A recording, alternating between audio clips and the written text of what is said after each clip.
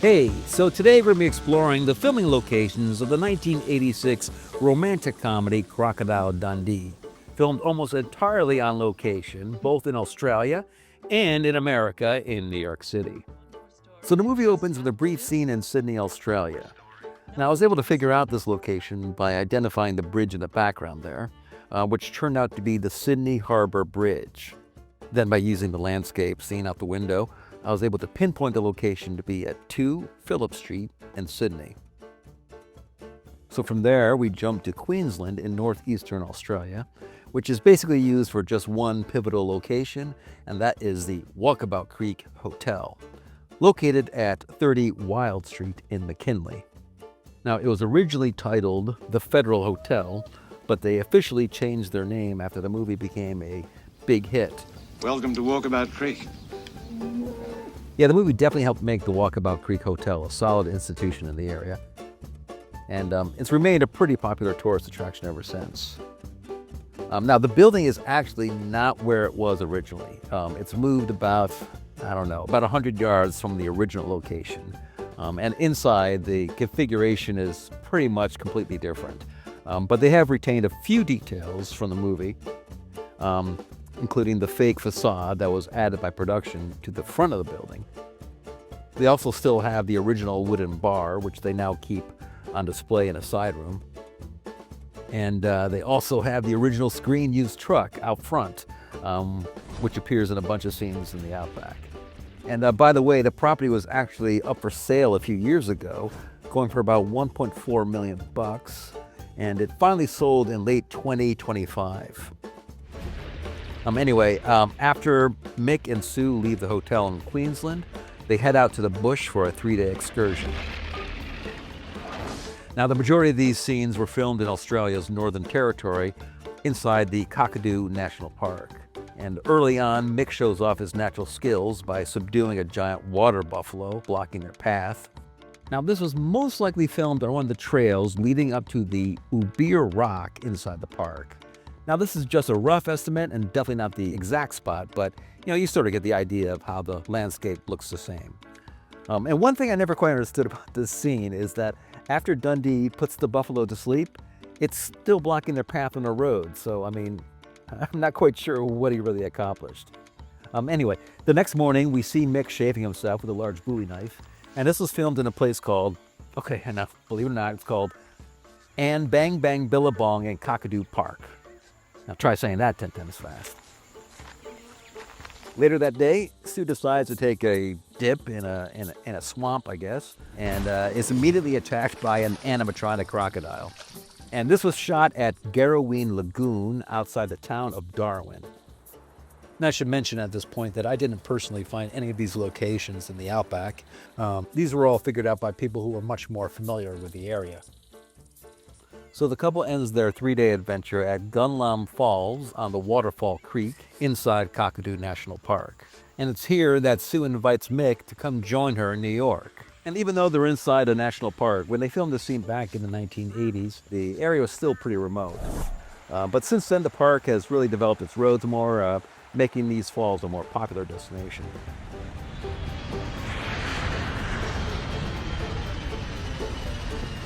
So now the rest of the movie takes place in America, and we get our first view of New York City. And this is a shot of Lower Manhattan, taken from Liberty State Park in New Jersey. And even though the skyline has obviously changed since the 1980s, you can sort of figure out the angle by Ellis Island, which is actually in the foreground there. It's kind of hard to see, but there it is. And that's how I was able to figure out, basically where the camera was placed. So now in America, the couple arrives at Terminal B in Newark Airport in New Jersey, where Sue is greeted by her boyfriend Richard. And as you might have noticed, the terminal has been heavily remodeled since then and really no longer resembles the movie. And from there, it's off to Manhattan, where we get a quick shot of 6th Avenue from West 52nd Street. And traveling by limo, the three of them stop at a light at 41st Street and 5th Avenue. And then we get a shot of the traffic light with the camera looking south towards that building there in the background. That's on 40th Street. And while they're stopped at the light, Mick decides to just I don't know, just start talking to some random New Yorkers standing in front of the, that's the 42nd Street Library on Fifth Avenue, which you might also recognize from the opening sequence of Ghostbusters. Greeting every schizo in the 5 boroughs that says he has a paranormal experience. What have you seen? What do you mean, seen? So then after the limo drives away, the guy, he just gives one last baffled look at the car, and the camera is pointing north here at 42nd Street. Now, this character actor, by the way, was played by Paul Greco, who you might recognize from the movie The Warriors. You see what you get, Warriors? You see what you get when you mess with the orphans? Next, the limo arrives at the Plaza Hotel at 768 Fifth Avenue, located just south of Central Park. Now, of course, the Plaza is one of the city's most famous hotels, and probably one of the most expensive. If you want a suite like the one in the movie, you're probably gonna have to pay about $8,000 to $10,000 a night.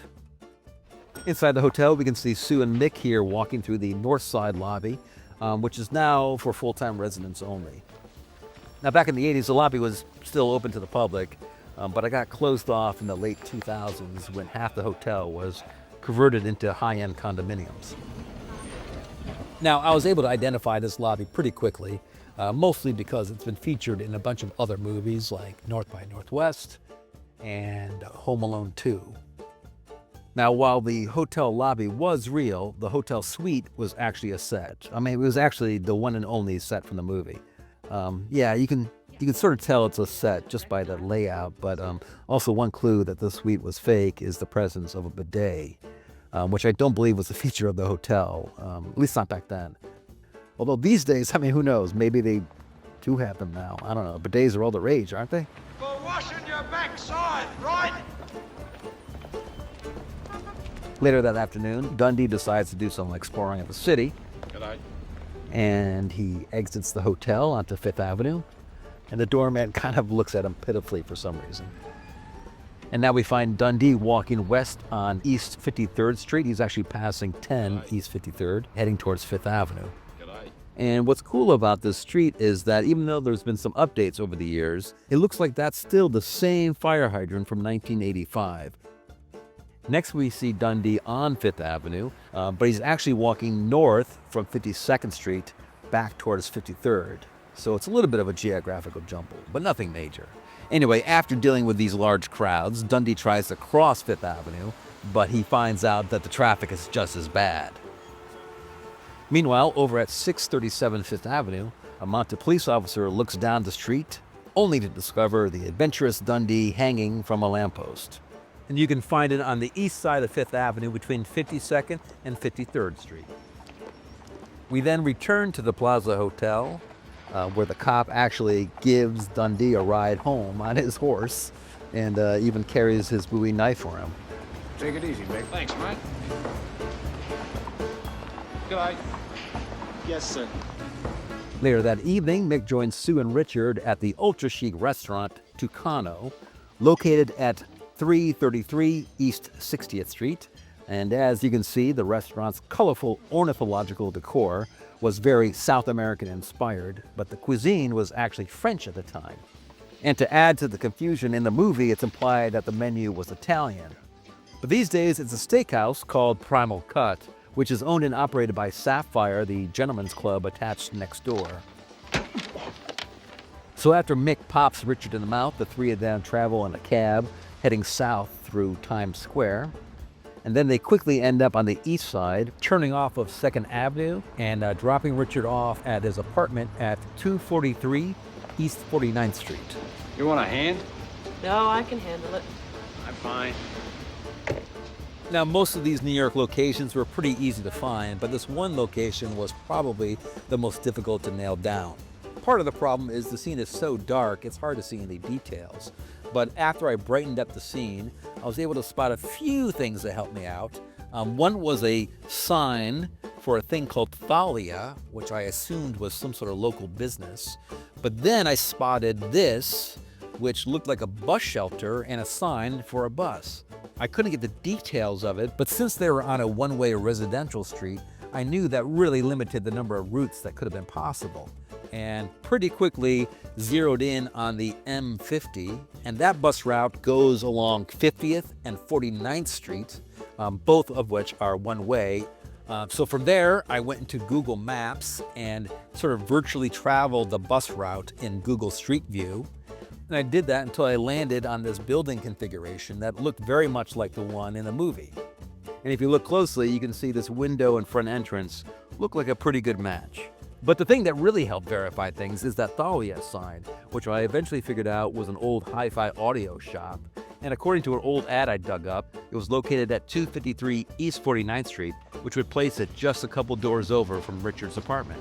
I think you better take me to the boozer. Don't know that one. Pop, somewhere to get a drink.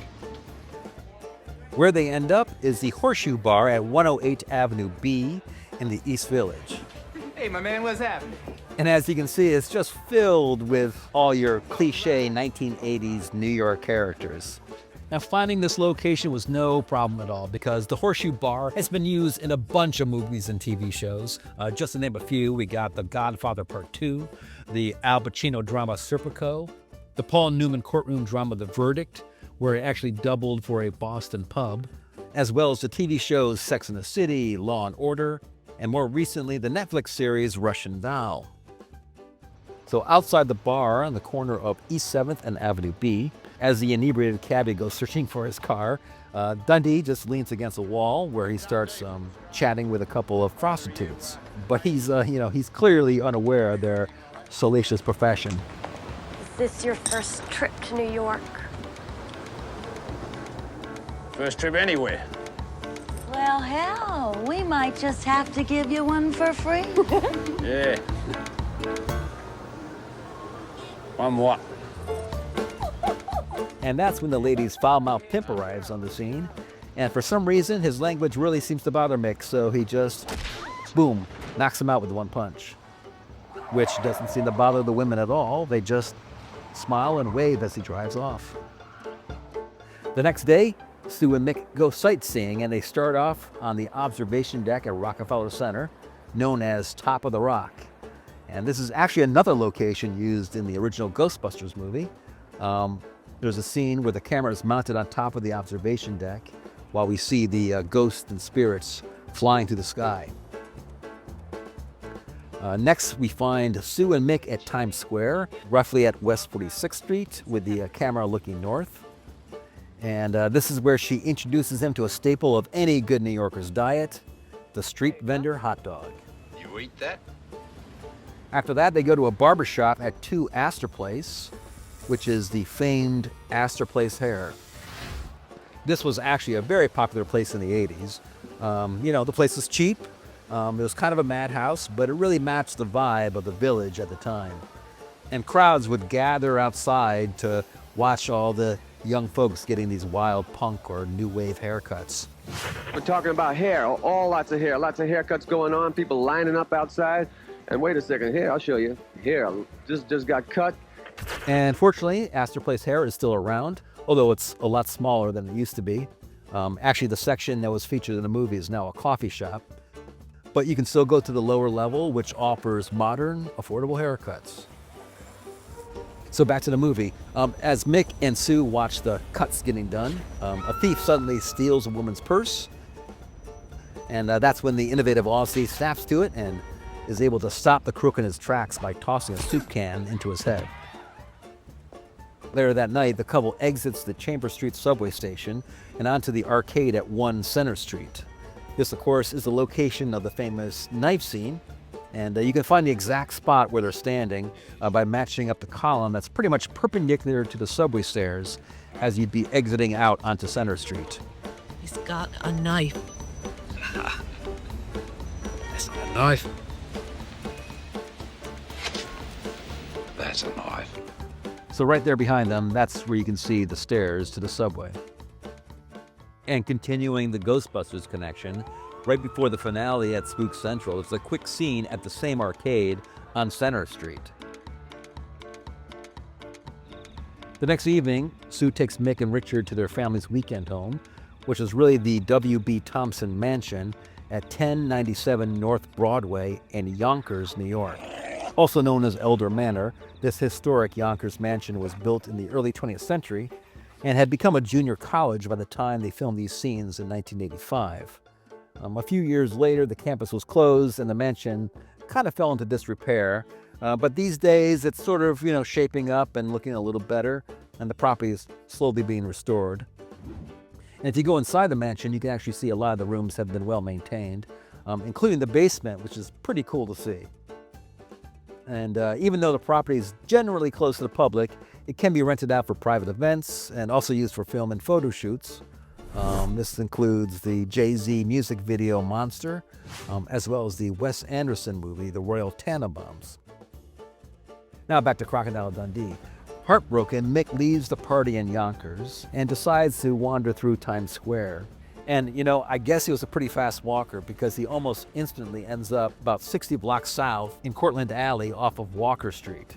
Now, this is like in lower Manhattan, so it would take most people, about like 2 hours to walk there. But no matter. After mistaking a pair of streetwalkers for the ones he met earlier, Mick encounters the foul-mouthed pimp again.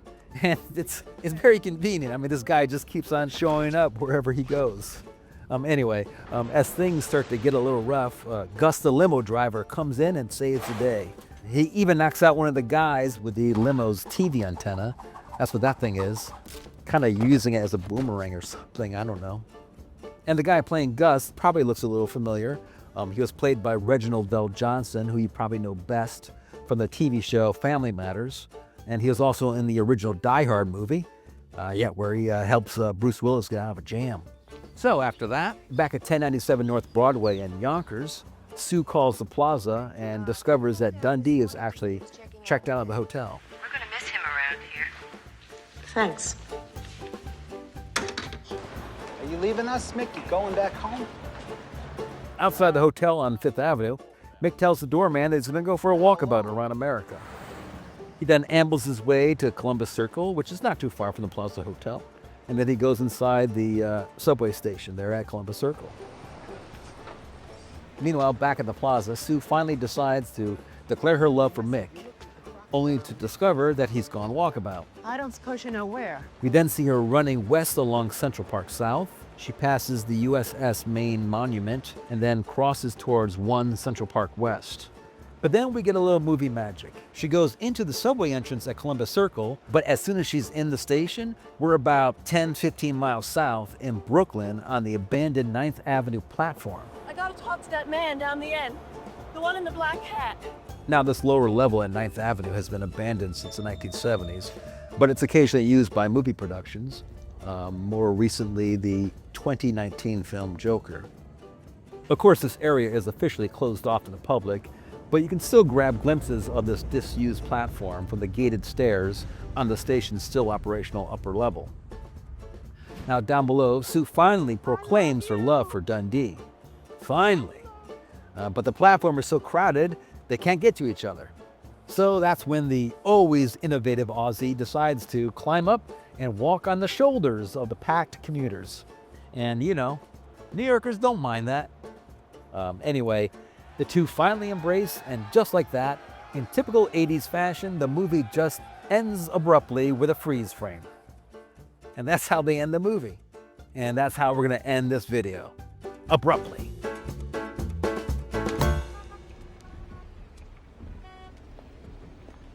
G'day.